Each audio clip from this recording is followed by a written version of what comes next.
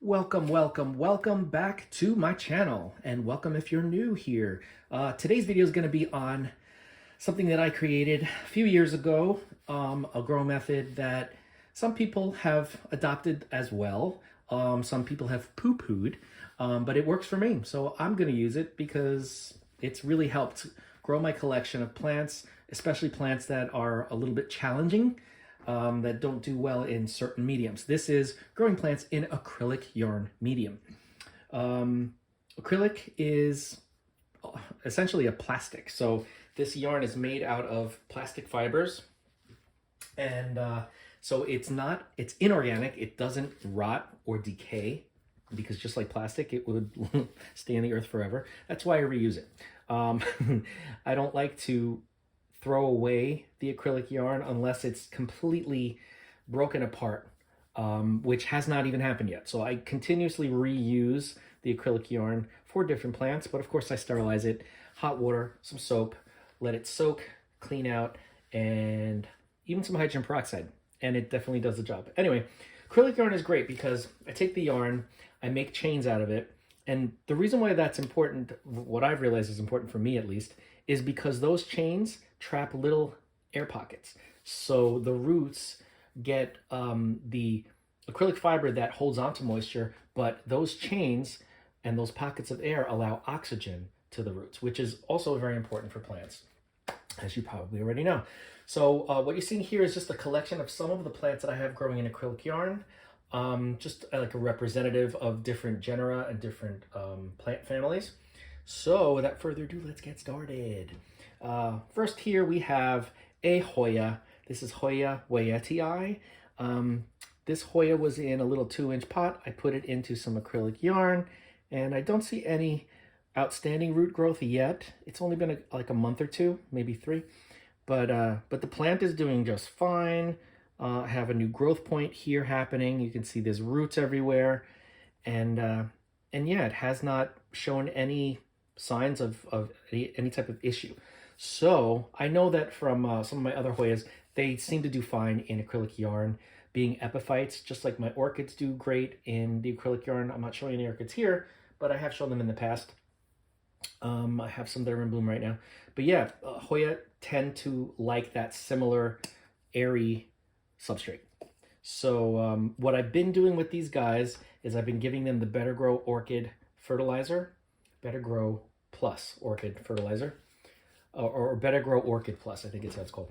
If you want to take a look at that, there's a link in the description of the video where all of the items that I do use are listed in on Amazon. So Hoya do really well.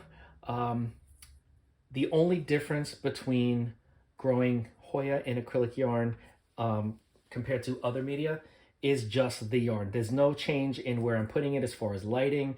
There's really no change in how damp or moist I keep the acrylic. It's really just a replacement for moss or for bark or for soil for a lot of plants. And it does really well. Once in a while, you'll get like a root rot situation if, what I've noticed is if I let them dry out too much and some of the roots die, this is just in general, not just Hoyas.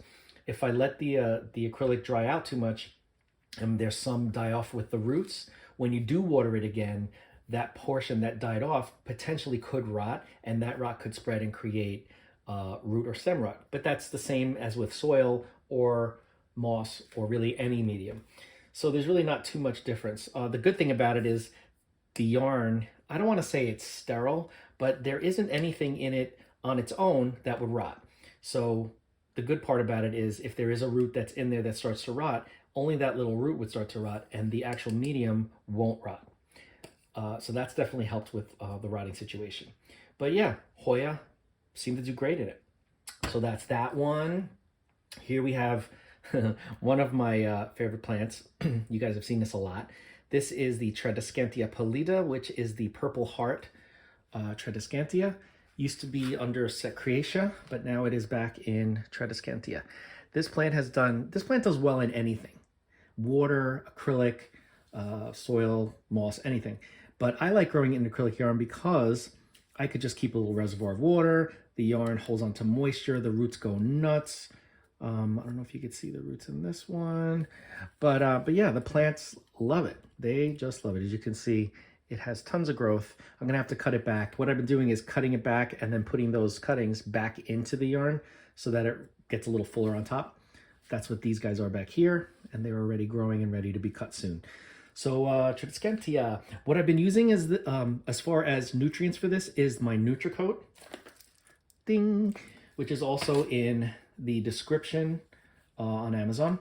It is a slow release fertilizer that's great for orchids and tropicals, but it has micro and macronutrients, so you could use it in water culture, you could use it in acrylic culture, you could use it pretty much with anything. So I love it, and it is one of my newer nutrients that I've been using that seems to be working fantastic. All right, so that's Tradescantia. Next up, we have some of my Peperomia. This is a caparata. I believe this is a Luna Gray. It didn't have a tag, but that's what it looks like. So it's got the kind of moon-colored silvery green foliage. And this has been an acrylic yarn for quite some time. And as you can see, it's continuing to send out new leaves. It's growing nicely. And some of my other caparata, because I've been doing an experiment, growing them in acrylic and then also growing them in soil.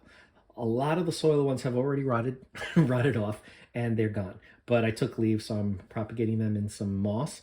And I'm either going to keep them in moss or move them to acrylic. But as you can see, these plants love it. What I've been doing with this plant, I think this is the one. No, this is not the one.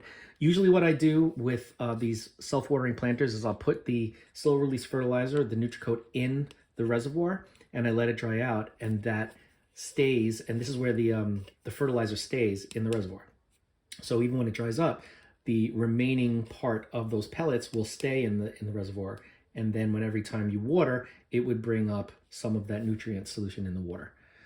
Anyway, this one is a caparata, doing great. Very far, I'd say like 3 feet away from a north-facing window, so it doesn't get much light at all.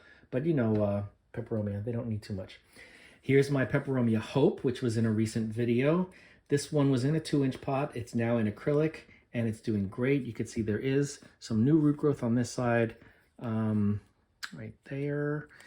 But the plant's doing great. I did another experiment with my other Hope, my Peperomia Hope, and it was in semi-hydro in lava rock. That one rotted.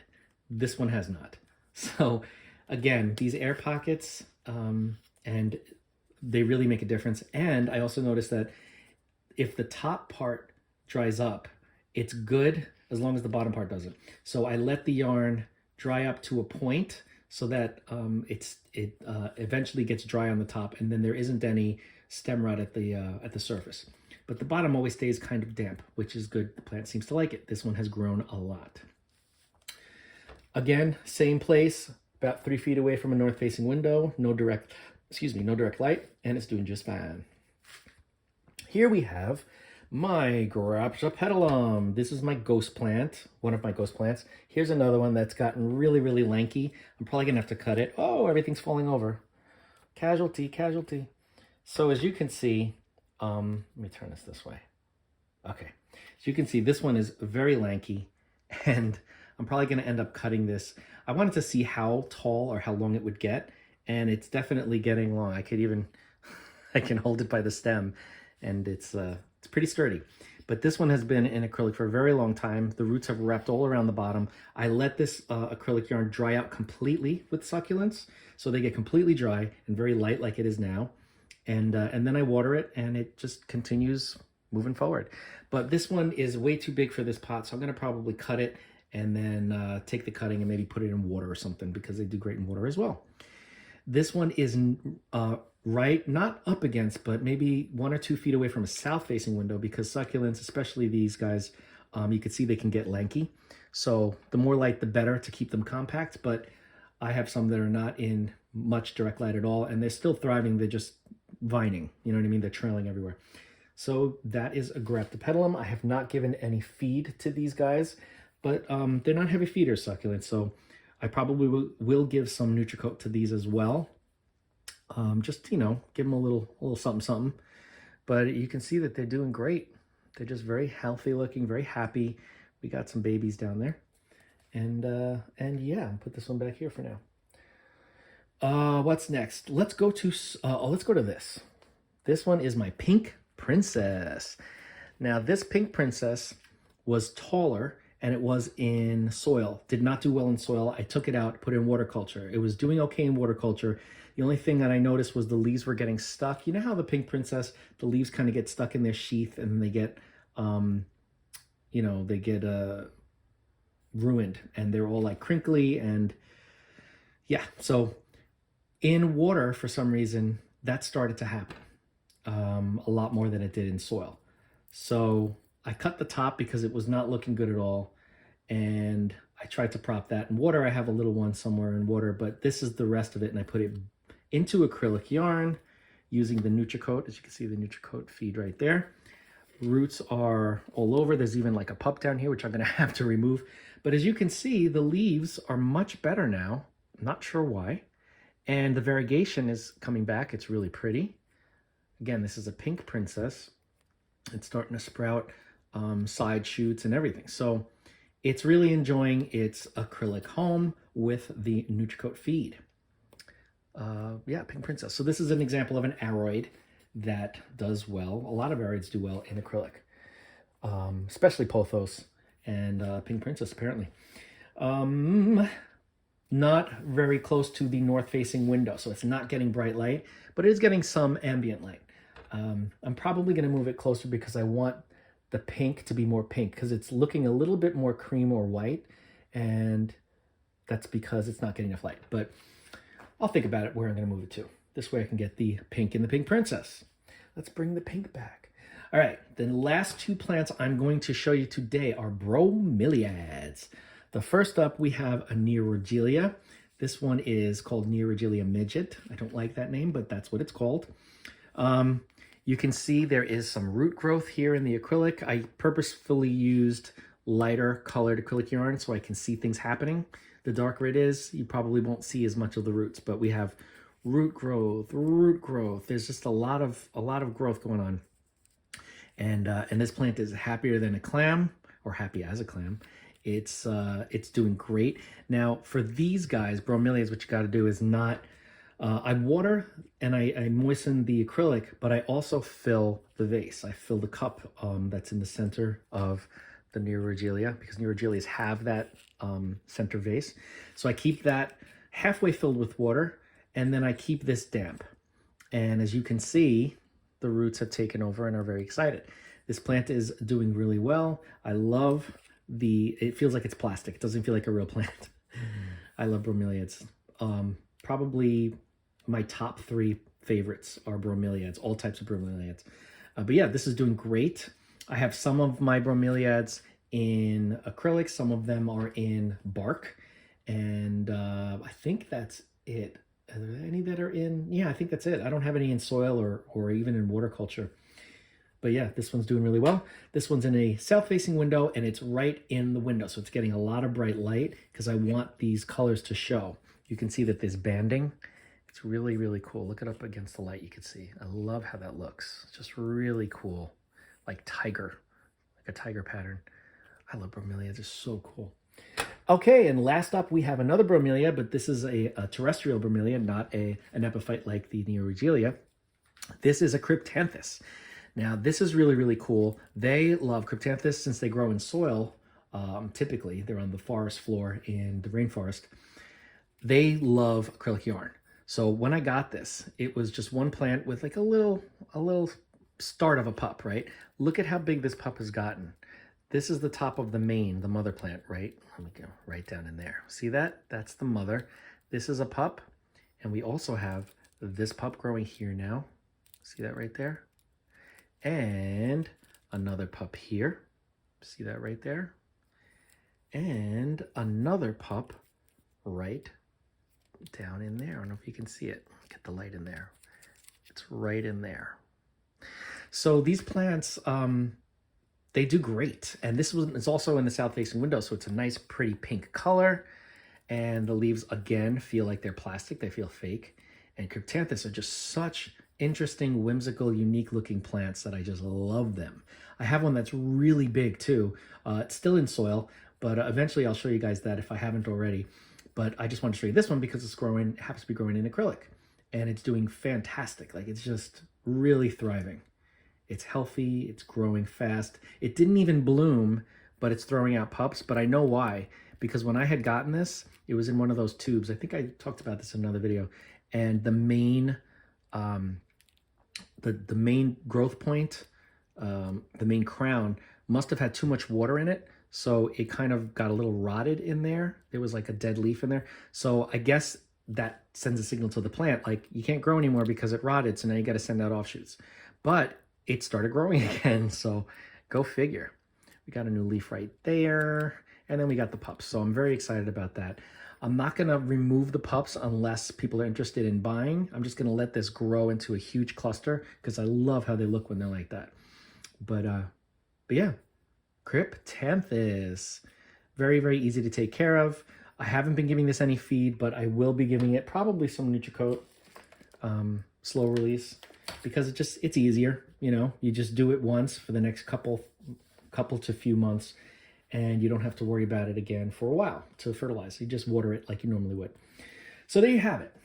Some examples of my acrylic yarn growing plants. If you have any questions about how I handle them, how I manage them, or if you have a question about a certain plant, if you want to know if I've ever tried growing it in acrylic yarn, reach out and we'll talk about it, because there are a lot of different genera and plant families that I've tried it with. And some have been very successful. Some of them, they kind of struggled a little bit. So yeah, most of them, as you can tell, most plant families, most genera do fine in acrylic yarn. As long as you don't let it dry out for too long, unless they're succulents, and as long as you don't keep it waterlogged, because you want those pockets of air to really do what they do best, oxygenate the roots. So there you have it. Any questions on any of these plants or any other plants that you're wondering if you could grow in acrylic yarn, reach out, we will talk. And don't forget to like, comment, share, and subscribe. Hit that bell if you want to be notified, and I will see you in the very next video.